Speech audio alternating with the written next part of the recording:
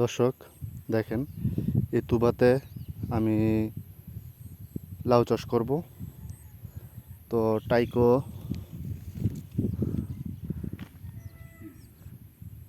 Cost মাটি শোধনের পরিবেশ বান্ধব জৈব ছত্রাকনাশক। তো দর্শক, তো এই মাটি শোধন করার জন্য এই পাউডারটা আমি মাটিতে দিয়ে দিলাম, টাইকো কস্ট। তো সাথে রয়েছে জৈব সার। দর্শক, এই জৈব সারগুলো মাটির নিচে দিয়ে দেব, শুকনো জৈব সার।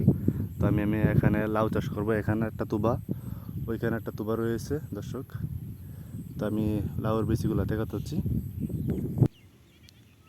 দর্শক। এটি হাইব্রিড লাউয়ের বীজ। তো এইখানে এক প্যাকেট ছিল, এখানে এক প্যাকেট। তো টাইকো কস দিয়ে আমি বীজগুলো শোধন করে নিয়েছি। প্রায় আধা ঘন্টা ভিজিয়ে রেখেছি। আধা ঘন্টা ভিজিয়ে রেখে এখন এই যে দেখেন ঘাস, এদিকে ঘাস রয়েছে। তো গাছের নিচে আমি 10 মিনিট বীজগুলো শুকিয়ে নিতেছি।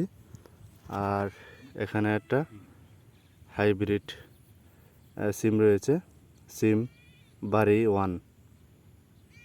তো দর্শক, এই সিমও আমি এখানে রোপণ করব। তো কৃষিকাজ যদি ভালো লাগে তাহলে আমার পাশে থাকবেন।